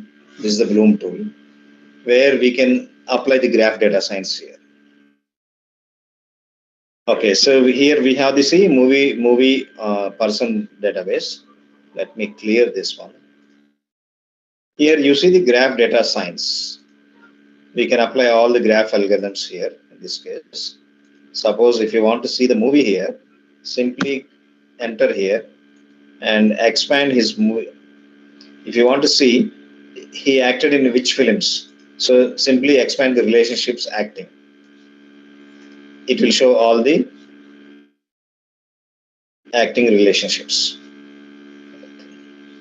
For example, take another one, expand, directed, which film he has directed.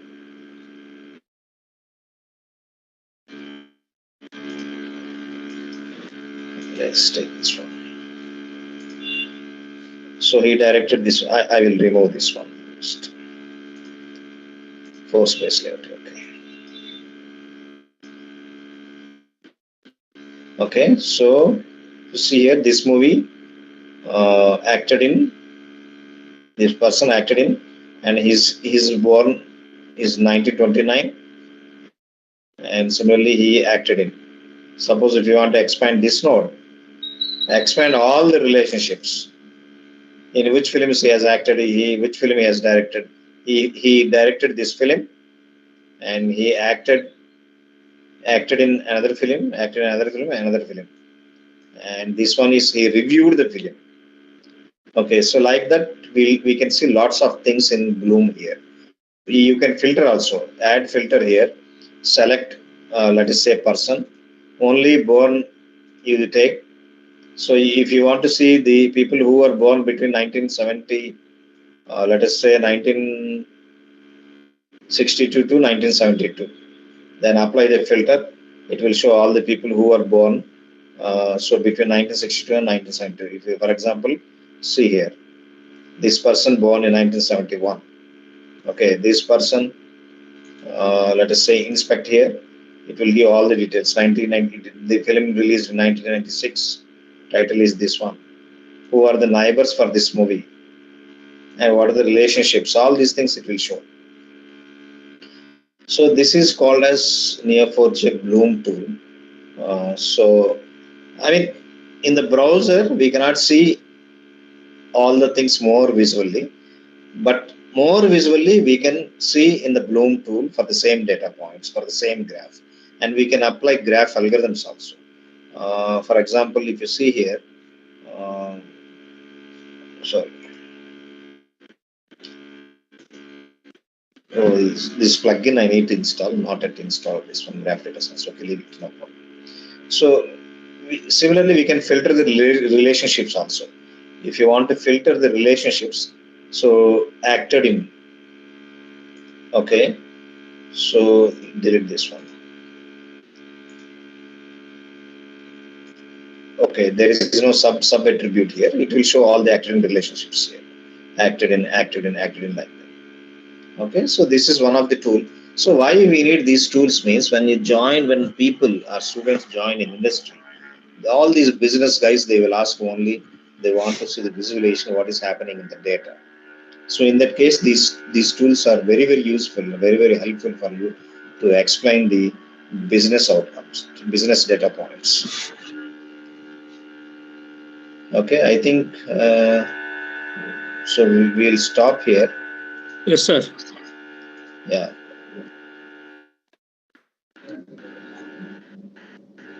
Ramu sir, very nice and valuable lecture to our BTech students. So, if possible, kindly interact directly with our students whenever you visit Chirala. Sure, sure.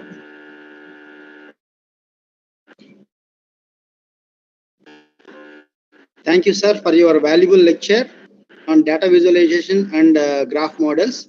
This is the time for question and answer session. Yeah. Participants who are interested to clarify his or her doubt, please come forward to post it only in the Q&A box. Sir will clarify the same.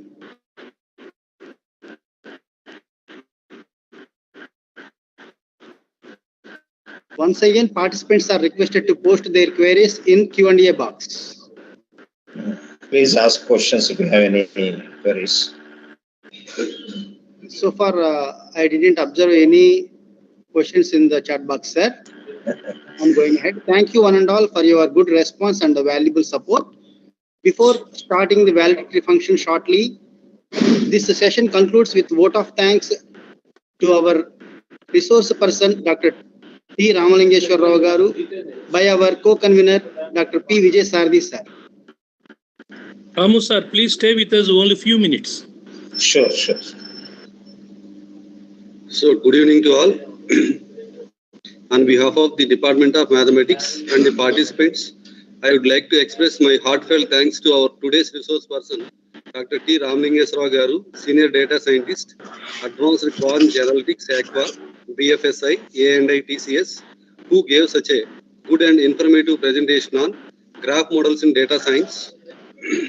Despite of his busy work schedule, Sir gladly accepted our invitation and gave a valuable talk in today's session. Thank you very much, sir. I would like to thank our beloved head of the department and convener of this international workshop, Dr. Kevilan Acharlu, sir, who guided, motivated, and supported us to do this program and encouraged us to shape out today's program. I would like to thank our principal, sir, and our management, Papatla Education Society, for providing us all the facilities and encouraging us to conduct this program.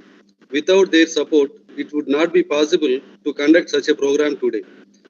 I would also like to thank Dr. K. Manideep Garu, Department of CSE, Institutions Innovation Council members, Council members, Sri M. Lenin Babu, Faculty of ECE Department, Sri S. Prabhudas, Faculty of IT Department, Sri Srikanth Nalluri, Faculty of CSE Department, Sri A. Shai Kishore, and Sri U. Venugopal, who are sincerely extending their technical support to us in conducting this international workshop. Thank you, one and all. Thank you, sir. Now, this is the time for valedictory function. Respected Principal Dr. Sheikh Nazir Garu, Bapatla Engineering College, Bapatla. Our beloved HOD Dr. Kevilan Acharlu Garu, my dear colleagues and participants. A warm and healthy good evening to one and all. Thank you, one and all, for your great support and a tremendous response for this a 1 week online international workshop on mathematics, bridging ideas and innovations MBII 2024.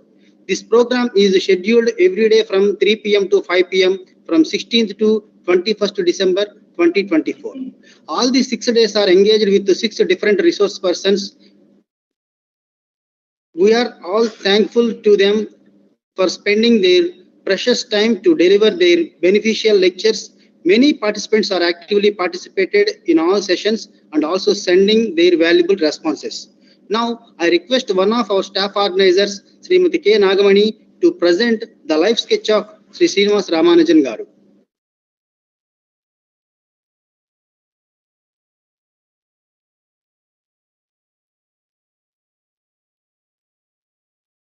Palai sir, your voice is not audible. Please unmute it.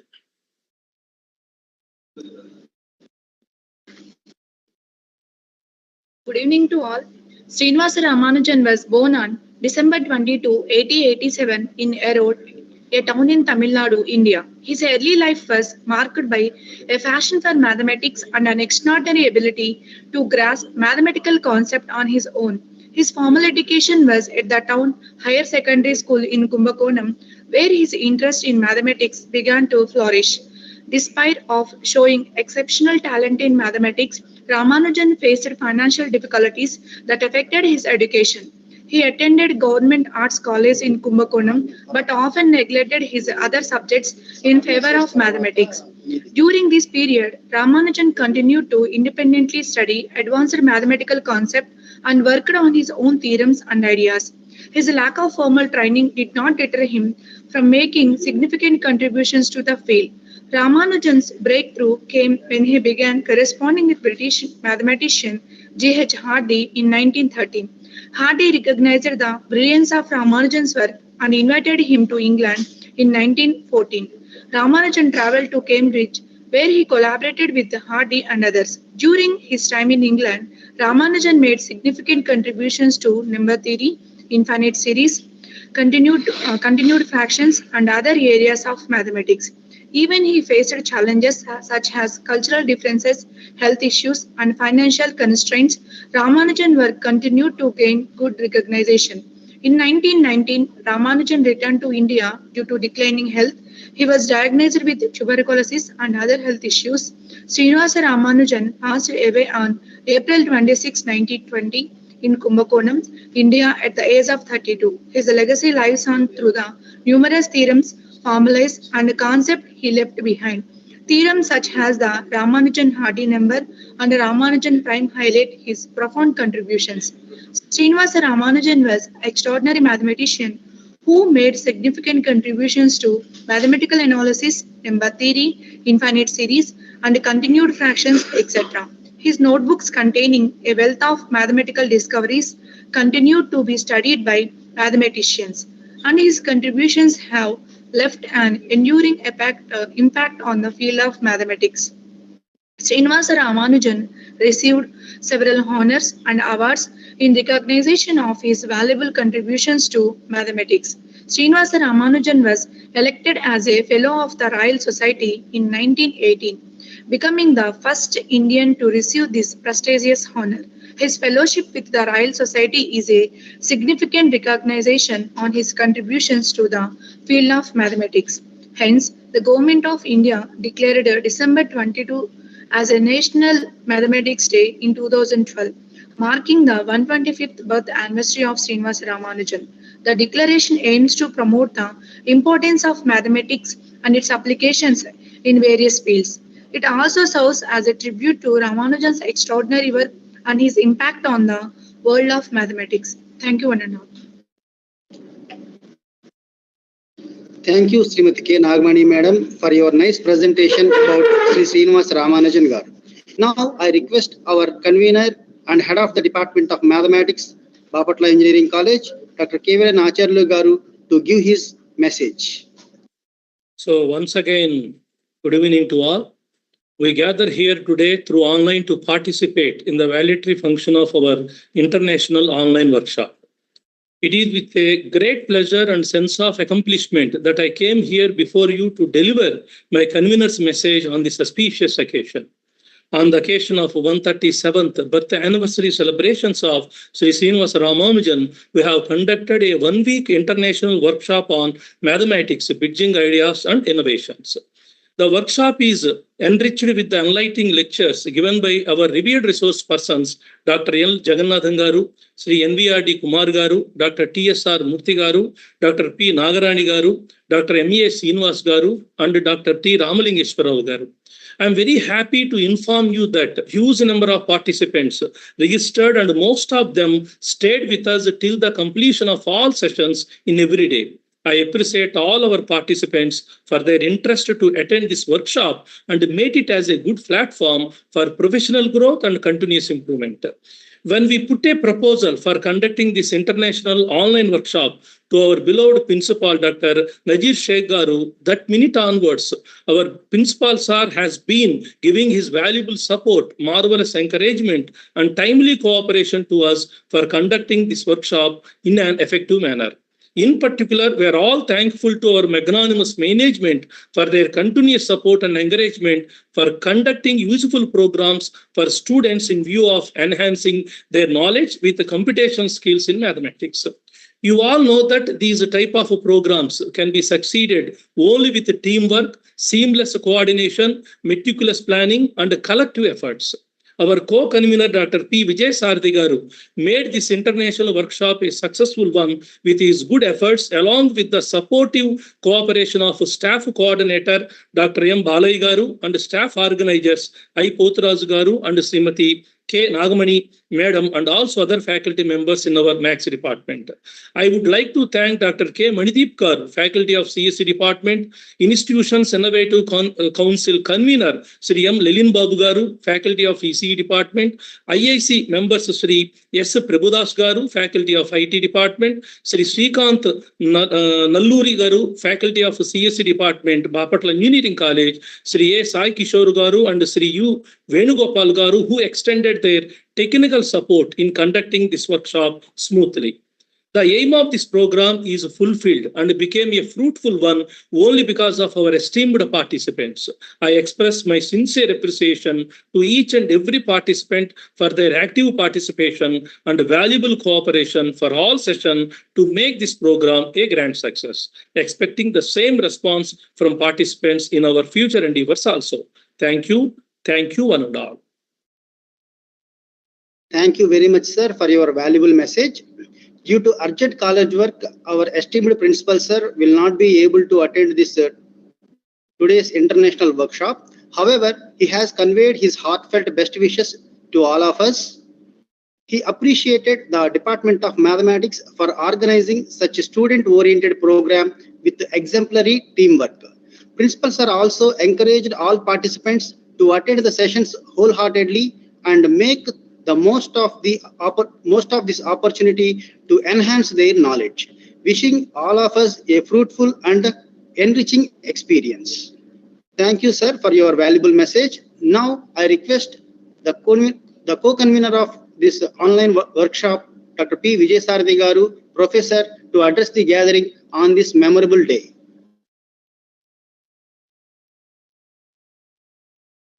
So, good evening all.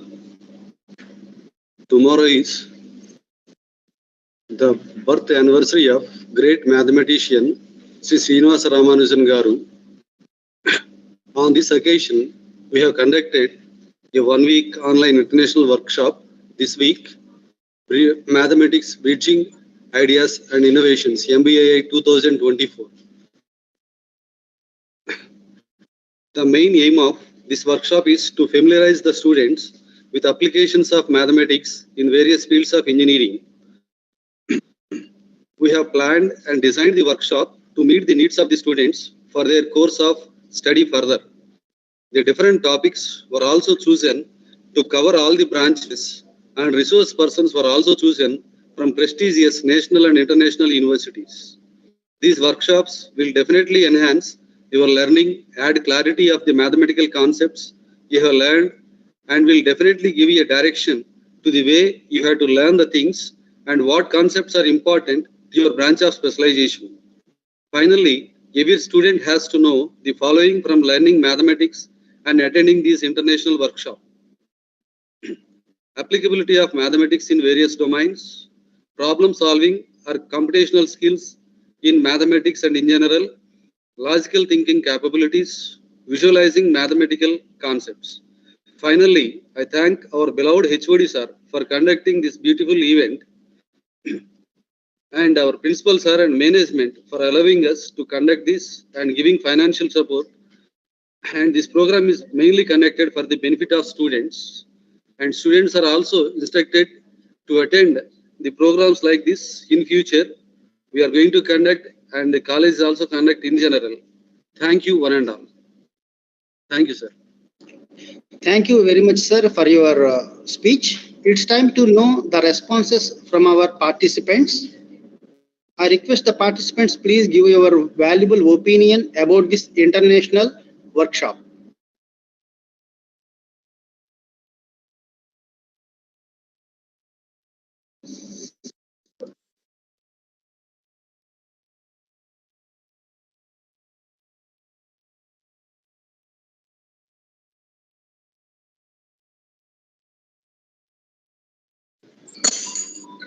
Yes, students, your mics are unmuted. Please maintain your mics in mute mode, and I request B. Manasa from EEA.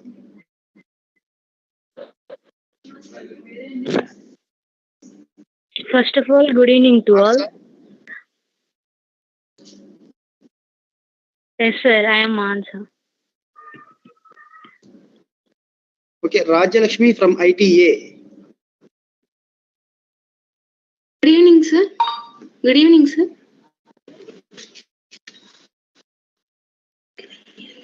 Can I hear you? Okay. Hello? Nagabhagini.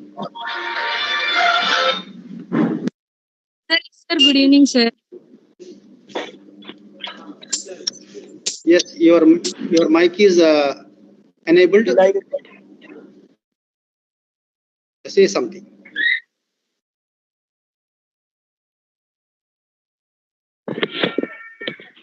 First of all, good evening to all. I am Mansa, studying AAA first year. I have attended all sections of workshop. The workshop is very useful for us. Thank you for giving me this opportunity. Thank you. Anil Babu.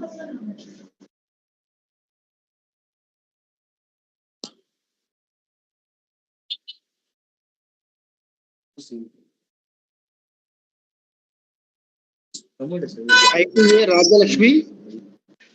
Good evening, sir. I'm Rajalakshmi from BTech first year ITA.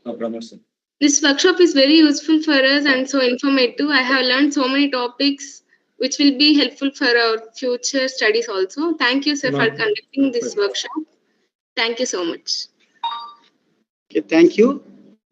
K. Srujani. Good evening, everyone. This is K. Sujini from first year BTech ITB. The workshop was very informative and I learned so many new topics. I just wanted to let you know that this was extremely helpful. A big thank you for making things clearer and for all wonderful tips. Feels like getting to my course now will be a lot calmer once I put things into calmer. Thank you. Thank you. Srinivas. K. Srinivas. Good evening, sir. Hello. Hello. Yeah, you are audible. You can go ahead. Yes, sir. Good evening, sir. My name is K. Srinivas and I am from first year BTech ITB. The workshop was very informative and useful. I learned new math topics. This is very useful for my next studies also. Thank you for conducting useful workshop, Bapatla Engineering College. Thank you. V. Lakshmi Sai Hasini.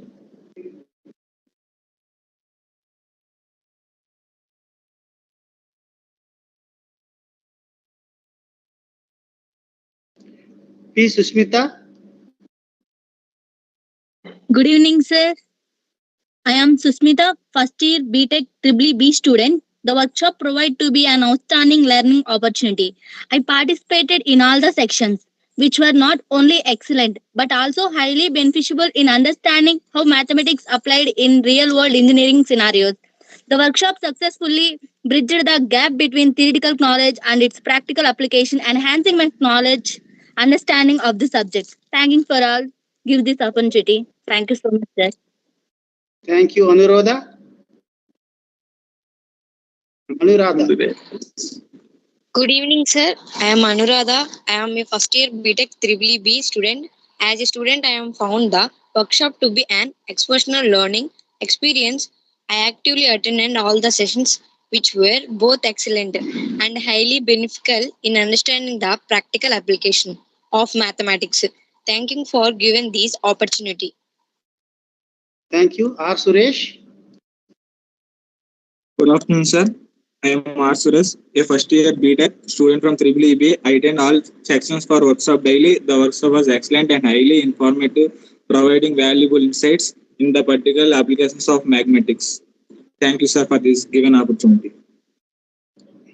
Thank you. B. Manasa.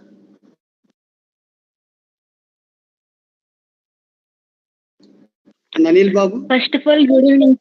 Good evening to all. I am B. Mansa, studying AAA first year. I have attended all sections of workshop. The workshop is very useful for us. Thank you for giving me this opportunity, sir. Thank you. A. Anil Babu.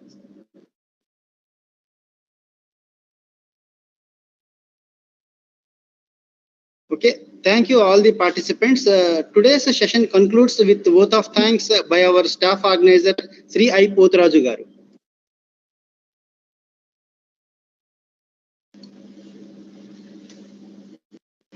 Respected Principal Dr. Nazir Sheikh Garu, our beloved HOD, Dr. Kevin Acharya Garu, Honorable Resource Persons, my dear fellow faculty members and participants, good evening to all. It's my privilege to propose the vote of thanks to all who have helped us in making this workshop such a resounding success. First of all, I would like to express my sincere thanks to our management and the principal sir for their encouragement and providing us all the necessary facilities for conducting this workshop smoothly and successfully. I would also like to thank our beloved head of the department, Dr. Kevin Acharya Garu, for his constant support and valuable guidance throughout this workshop. I would like to thank our distinguished resource persons, Dr. L. Jagannathan Garu, Sri NVRT Kumar Garu, Dr. TSR Murthy Garu, Dr. P. Nagarani Madam, Dr. M.A. Srinivas Garu, and Dr. T. Ramalingeshwara Garu for giving excellent presentations and making this workshop so interesting and meaningful. I am happy to express my sincere thanks to our faculty members who have made this workshop a grand success with their cooperation in all the aspects. I would like to thank Sri N. Kiran Kumar Garu, HOD of MCA, For conference hall arrangements, Dr. K. Mandeep Garu, Faculty of CSE Department, Institutions Innovation Council, IAC members, Sri M. Lenin Babu Garu, Faculty of EC Department, Sri S. Prabhudas Garu, Faculty of IT Department, Sri Srikant Nalluri Garu, Faculty of CSE Department, Bapatla Engineering College, Sri A. Sai Kishore Garu and Sri U. Venugopal Garu, who extended their technical support in conducting this workshop smoothly. Last but not least, I thank all the participants who have turned up in such a great number from different institutions across the country for attending this workshop. Thank you, one and all. Thank you, sir. I request all the participants, please fill up the feedback links. We will share 2 feedback links in chat box and WhatsApp groups. Please fill up those 2 feedback links. Thank you, one and all. So both are mandatory for getting certificate. Sir. Ramu sir. Sir. Sir, can we conclude today's section? Sure. So once again, on behalf of Maths Department, we are very much thankful to you, sir. Thank you, Professor, sir. Alay, sir, please close the session. Thank you, sir. So I am thankful to all the head of the department, Professor Narasimha and Principal Garu, then especially Professor Pardasarthi Garu for communicating with me many times to schedule this talk. So, and all other faculty members of Maths Department, BEC. So I'm very, very thankful to all our members, faculty members. So in between, if anything is required, so I'm always available. So anytime you can communicate with me. You can call. Definitely, sir. Definitely. Yeah. Thank you. Thank you, sir. Thank you very much, sir. Thank you, Bhavik. Thank you, sir. Sir, meeting ended. Alay, sir. Please close the program. Yes, sir.